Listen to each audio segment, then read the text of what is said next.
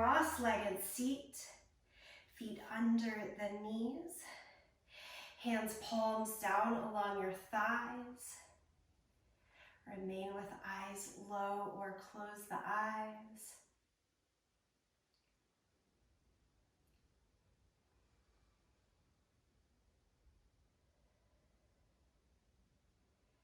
This is our still position, our transition from the active flow into our second half of more gentle stretch.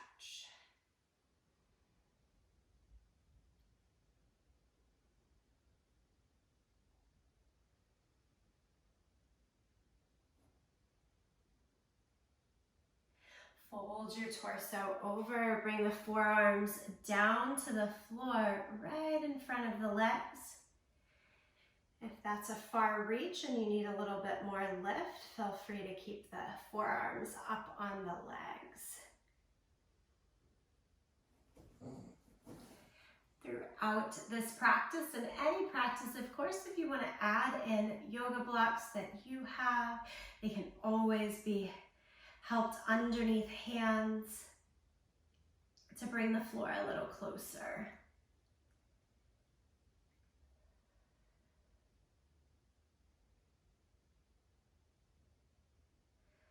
All right, we'll bring the torso upright and switch other leg in front. So opposite shin in front. It's usually the more awkward way to sit. A reminder that maybe we need to do this one a little bit more. And then come fold forward again.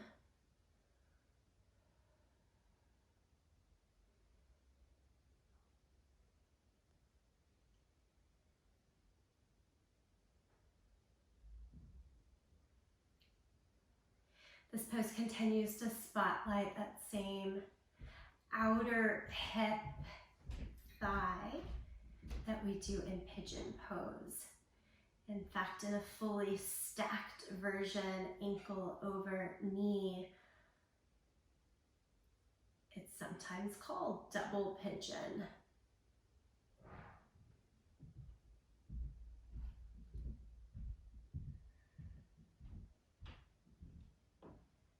Okay, and then come on up. Lean back here to stretch your legs straight out in front of you.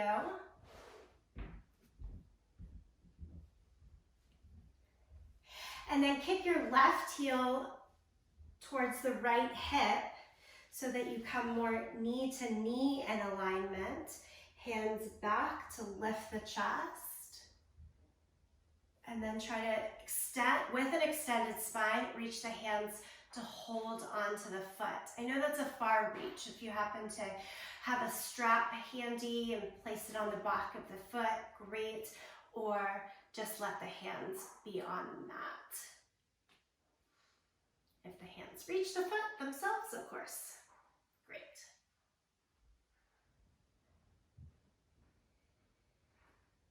Slow, calm breath.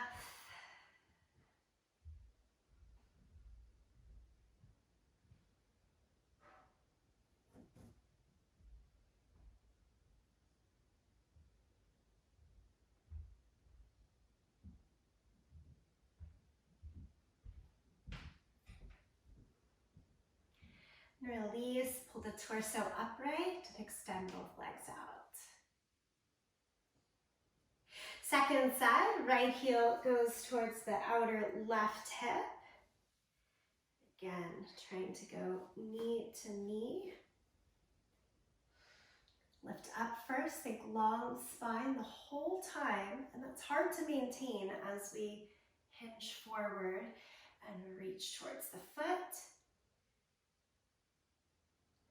Little gentle rounding through the spine after a couple of breaths. Hoping to find an even round through low back, mid back, upper back, even across neck and head if you're folding in here.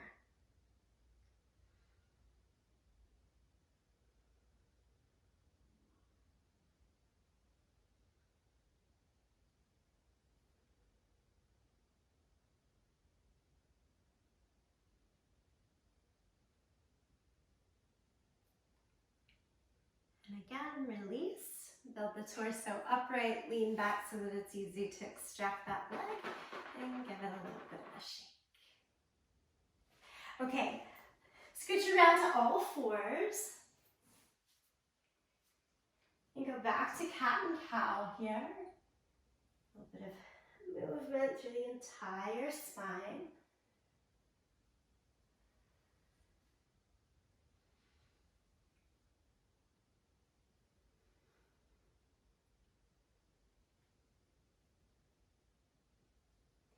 And then change both hands a little bit over towards the left side so that the right foot can step through. Hands staying down on the mat. Keep the left knee down on the mat, but if you want to send it a little further away to enhance the stretch, feel free. It's just like a little tuck of the toes. Keep walking that knee back so that you still have both knees quite bent here. And I've got palms flat rather than trying to go to the forearms. And I'd say we're like halfway towards a split position, Hanumanasana. Walk your hands back a step, so I'm placing my hands behind the line of my heel. And then tuck the back toes again and try to walk the left knee back. Another step. And you might say, nope, I'm stopping, and you're at your max. That's good too. And then a little bit more there, I'm going to try to walk my hands back so my fingers are in line with the toes again instead of behind the heel. And if that's happening, you can probably come down to your forearms here. So it's like an expanded or longer forearm lunge. Legs further apart front to back than usual.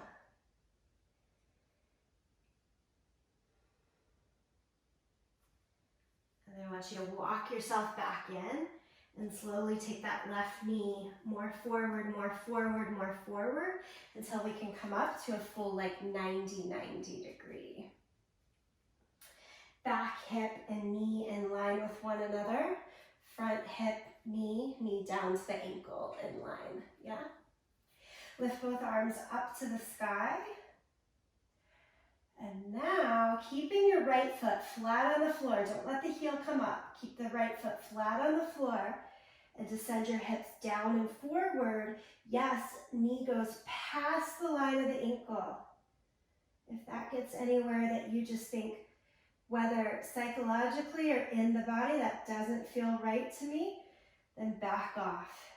But fully closing knee joint here and keeping the right foot flat on the ground, we should be in a good place.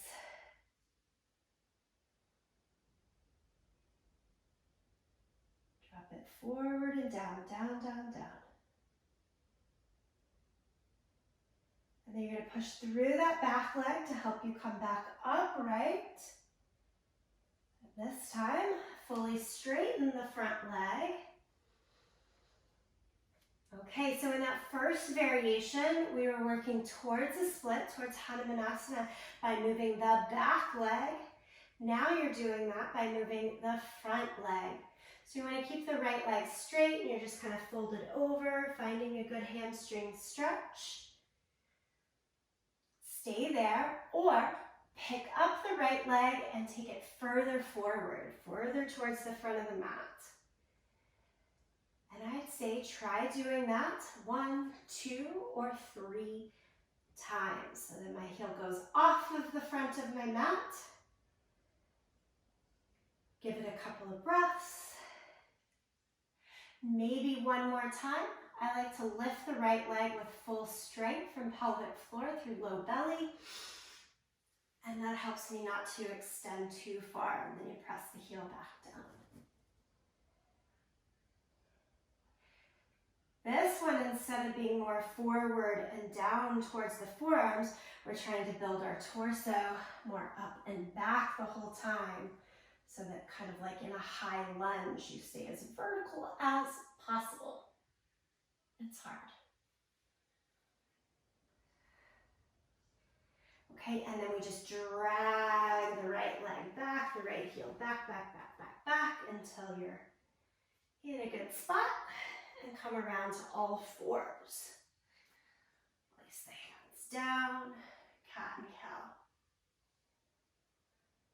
Maybe I should take that gentle word out of the front. It's stretching for the last 30 minutes, but we must hold a sense of strength in the body as we do so for this series.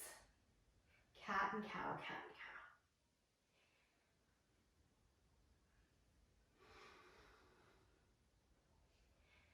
Okay, and then we're doing it all to the second side. So if we've got a neutral spine, walk the hands more over towards the right side and step the left foot forward. Again, palms down, right in line with the front toes. And you're staying there, or we're picking up the back knee and scooting it a little bit further back, holding it for a breath or two.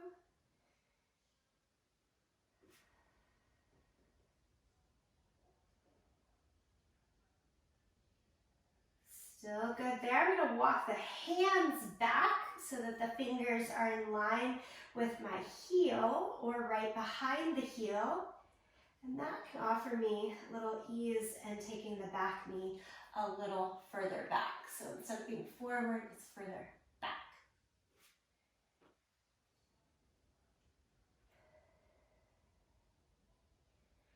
All right, and if that's working and you want to go down to the forearms, you go down to the forearms. I've got my front knee pulled back away from the front ankle quite a bit.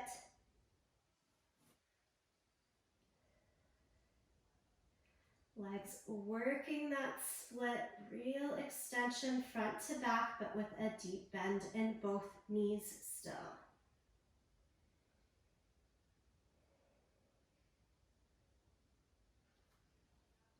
Okay, we're going to climb our way back towards middle. Bring the right knee forward, forward, forward, a couple of steps. And then come all the way upright. Good, we're trying to do that full 90 degree stance and then arms overhead. Okay, and again, this one's short, starting from that 90. Press through your front heel, press through your front toes. Don't let the heel come up. It's easy to want to do that. And then sit down and forward. That front knee needs to stay over the second and third toes. Don't let it bobble out to the side. I want it to stay straight on. And you keep sitting into the flexion of the ankle and knee. So sometimes, especially if you find that your heel wants to lift up, then your biggest work here is ankle flexion.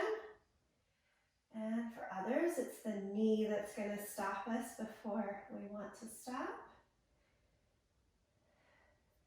We stay here a little less than the other points. So hands down.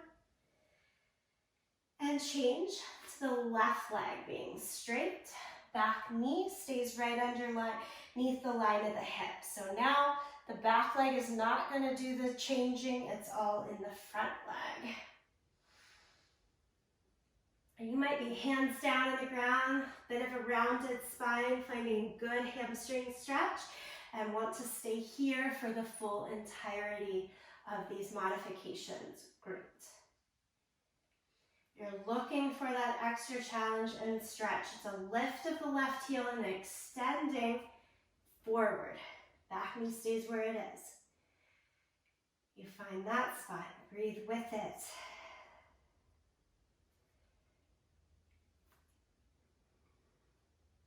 Maybe go a little longer. Again, back knee staying right there. It's the front leg that's doing the moving. If it wants to reach out one more time.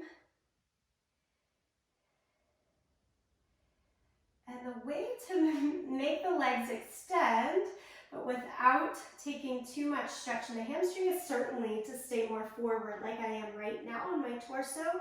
It's not feeling too great in the shoulders though. And then my work is to slowly build the torso back upright and stretch evenly in both directions with the legs. And I've got plenty of weight in my fingertips holding me up here a bit. Okay, and then we're going to drag it all the way back. You drag the left heel back, back, back, back, back. And around to all fours. Here in all fours, a little cat and cow.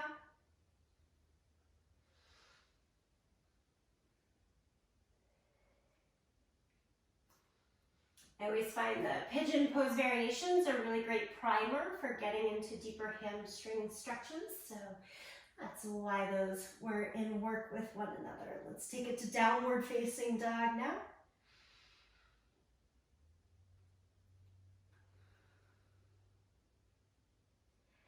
And to child's pose. Knees as wide as the mat, big toes together. Sit back in child's pose.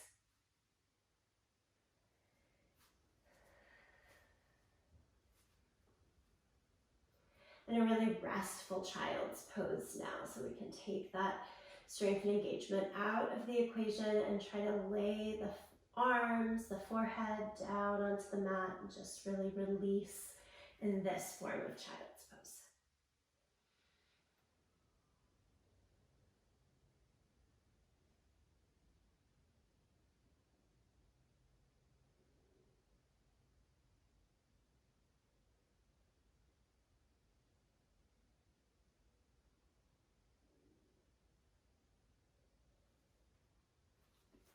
And then from child's pose, lie flat down onto the belly.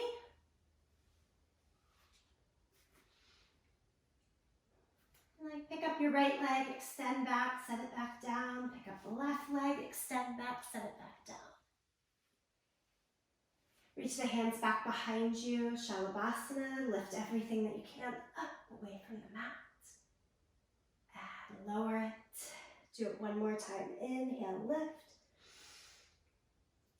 And lower it down. We get to flip over onto our back here. And as you flip over onto your back, cradle your knees into your chest. Hug the knees into the chest.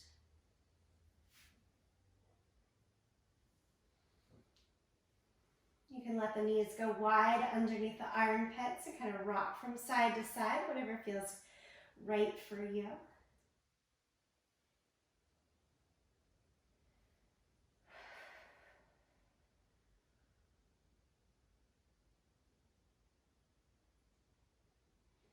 Okay, we'll try that split position one more time from our back. So if you have the knees now right against one another, so you create that strong container, the midline, and the right leg straight. Take your hands, hold on around your ankle. You can also hold at the calf or underneath the thigh to make that more accessible.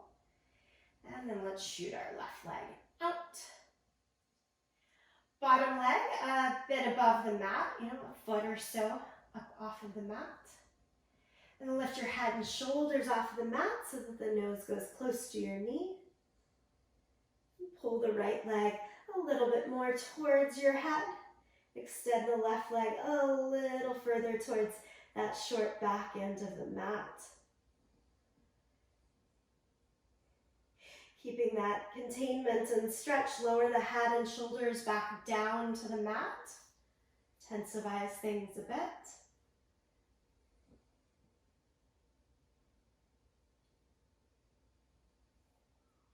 And remember, like when we're holding on to that top leg, it should feel a little bit spring-loaded. And so we always have to back off really gently, like release the stretch a little bit, and then lower both legs down. So just nice and slow, not trying to come out of the position too fast. Hug both knees into your chest. We'll take that little rock from side to side again. And then coming back to that strong container, squeeze the thighs in towards each other. Knees really trying to pull in towards the belly. And straighten the left leg. Hold behind the ankle, the calf, or the thigh. And shoot your right leg out about a foot above the ground. You're here. Or add on, head and shoulders lift. Little belly strengthening. You're here. Or a little more stretch challenge, you lower the head and shoulders down, keeping that full intention of safe stretch. Reach the right foot further towards that back short edge of your mat. Maybe a little lower. And letting go of that spring load, nice and slow, lower both legs down to the mat. Stretch both arms overhead, as tall as we can be.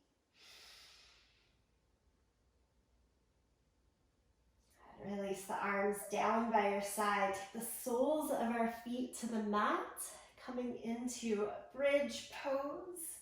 A little swipe of the fingertips against the back edge of the heels, or almost. And then push down through your feet, shoulders and head, and lift the hips up. Keep the hands as is, or they can interlace and walk the shoulders a little closer in. If it feels better, try turning out the toes, knees, hips just a little tad, more like you would in your yogi squat, and see if that creates some more ease and opening in the pose. Stay with your bridge pose, Sattva Bandha Sarvangasana, for a few more breaths.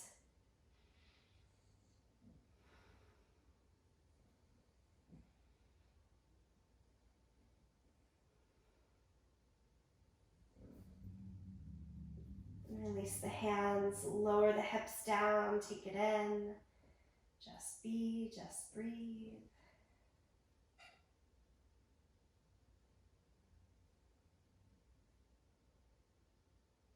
One more time, bridge pose, a second time around, lift the hips. You can take the same version if you want to create a little bit more challenge here. Sometimes I take the hands underneath the sacrum or sides of the waistline to give a little bit more lift, or any other version of this belly up back bend that you'd like.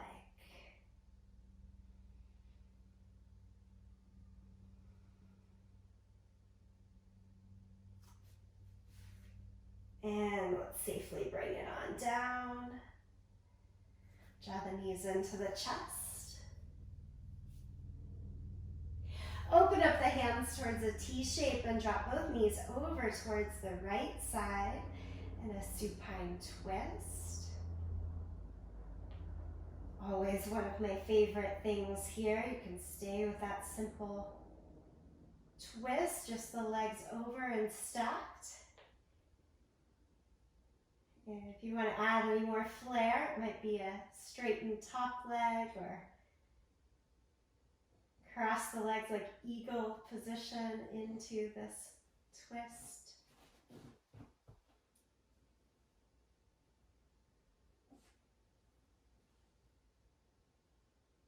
Most importantly here, just release. This is the gentle.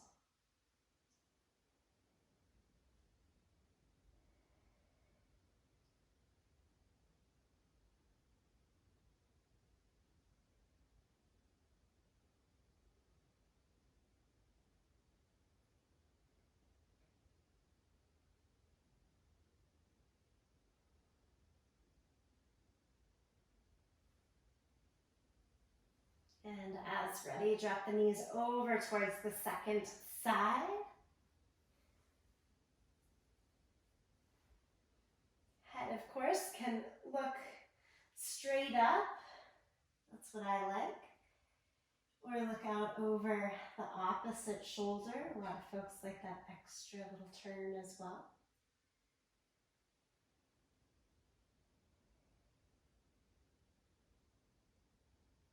Add in or subtract any modifications, variations here as well.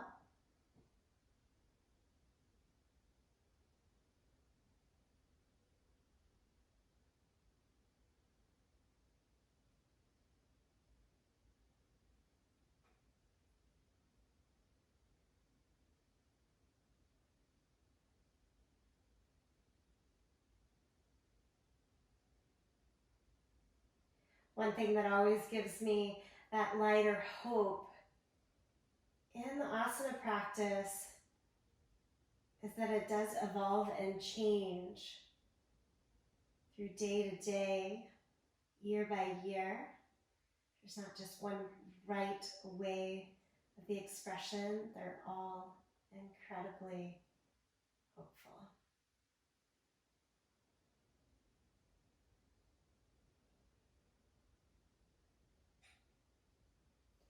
Okay, let's bring the knees back into the center. Give yourself a hug for all of the ways that you expressed the asana today in practice.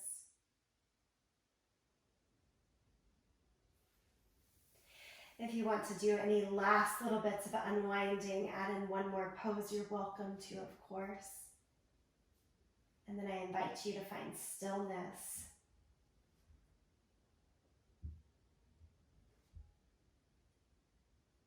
If it works for you, lie down onto the back with the arms and legs extended, kind of wide out to the side, and close the eyes for Shavasana.